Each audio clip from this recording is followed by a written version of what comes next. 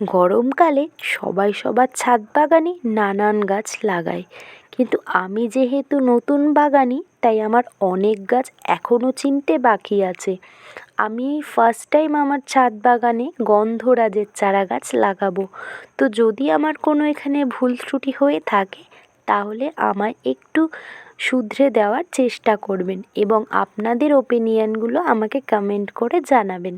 তো আমি এখানে আজকে এই টবটাতে আমার চারা গাছটাকে বসাবো। তো আমি বরাবর যা মাটিতে দিই তা দিয়ে আমি গাছটাকে বসিয়ে দেব।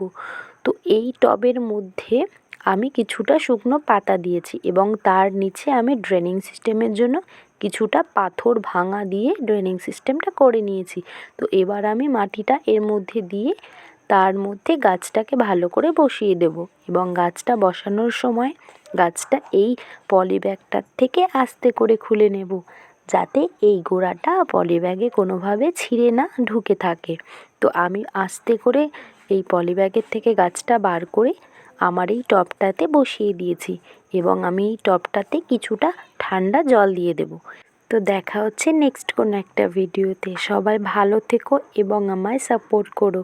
একটা লাইক কমেন্ট শেয়ার করতে কিন্তু কেউ ভুলো না।